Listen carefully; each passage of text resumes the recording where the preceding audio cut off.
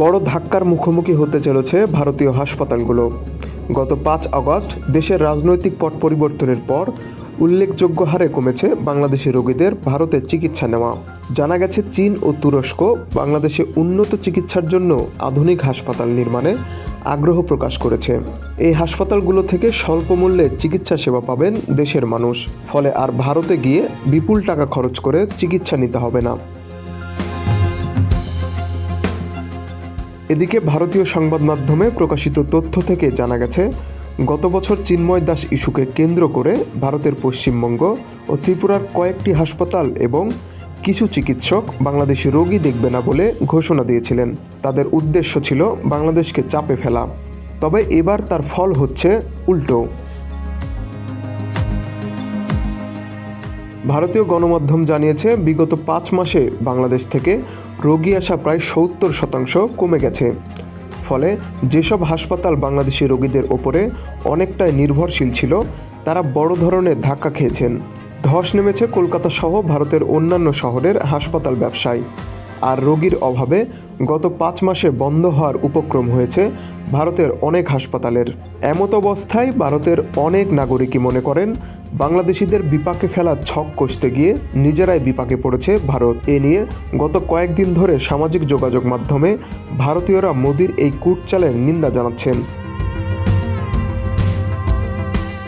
এছাড়া বাংলাদেশি পর্যটক প্রায় শূন্যের কোঠায় নেমে আসায় আরও বিপাকে পড়েছে পশ্চিমবঙ্গের হোটেল রেস্তোরাঁগুলো।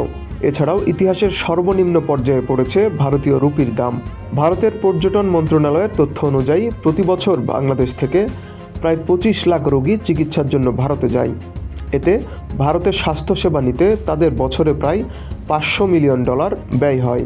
এমন পরিস্থিতিতে চীন বাংলাদেশের স্বাস্থ্য খাতে বড় ধরনের বিনিয়োগ করতে চায়।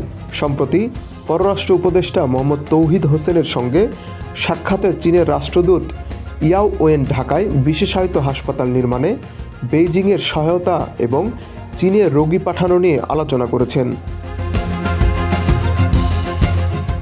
তাছাড়া চীনের সহযোগিতায় ঢাকার পূর্বাঞ্চলে একটি বিশেষায়িত হাসপাতাল নির্মাণের প্রস্তাবনাও দিয়েছেন তিনি, যার জমিসহ অন্যান্য সুবিধা নিতে বাংলাদেশ সম্মতি জানিয়েছে। পররাষ্ট্র মন্ত্রণালয় জানায়, চীনে পররাষ্ট্র উপদেষ্টার প্রথম দ্বিপক্ষীয় সফরে বাংলাদেশি নাগরিকদের উন্নতমানের চিকিৎসার জন্য চীনের কুনমিংয়ে ৩ থেকে ৪টি অত্যাধুনিক হাসপাতাল নির্ধারণ করে দেওয়ার অনুরোধ জানাবে ঢাকা। এছাড়া মন্ত্রণালয় আরও জানায়, তুরস্কও দেশে আধুনিক হাসপাতাল তৈরিতে আগ্রহ প্রকাশ করেছে। এর আগেও করোনাকালীন সময়ে চীন, তুরস্ক ও সৌদি আরব দেশে আন্তর্জাতিক মানের হাসপাতাল তৈরির প্রস্তাব দিয়েছিল। তারা তখন জানিয়েছিলেন, বাংলাদেশ থেকে প্রতি বছর যত মানুষ উন্নত চিকিৎসার জন্য বিদেশে তথা ভারতে যান, তাদের কথা মাথায় রেখেই এদেশে আন্তর্জাতিক মানের হাসপাতাল তৈরি করতে চায় তারা প্রস্তাব দিয়েছিল সিঙ্গাপুরের মাউন্ট এলিজাবেথ ও থাইল্যান্ডের বামরুন গ্রাদ হাসপাতালের আদলে বাংলাদেশে আন্তর্জাতিক মানের হাসপাতাল তৈরি করা হবে। তবে ৩ দেশের এই প্রস্তাবে বাদ সাধে তৎকালীন প্রধানমন্ত্রী শেখ হাসিনা। তিনি স্পষ্ট জানিয়ে দেন, আপাতত এই নিয়ে ভাবছে না তার সরকার। ওই সময়ে এই নিয়ে দেশে ব্যাপক সমালোচনার মুখোমুখি হয়েছিল শেখ হাসিনা সরকার।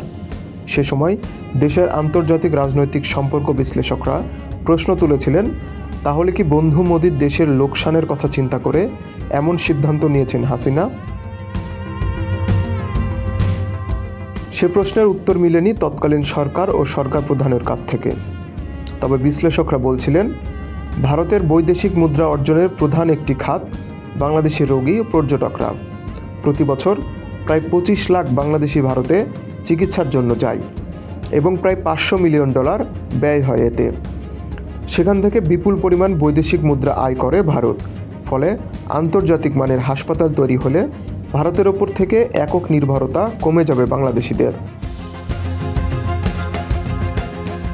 এমত অবস্থায় স্বাস্থ্য মন্ত্রণালয়ের একাধিক সূত্র নিশ্চিত করেছেন, বাংলাদেশ চীন ও তুরস্কের এই প্রস্তাবে বেশ আগ্রহ দেখিয়েছে। সরকারও চাইছে দেশের মাটিতেই তৈরি হোক আন্তর্জাতিক মানের আধুনিক হাসপাতাল। তাতে স্বল্প খরচে দেশেই উন্নত চিকিৎসা পাবেন দেশের সাধারণ মানুষরা।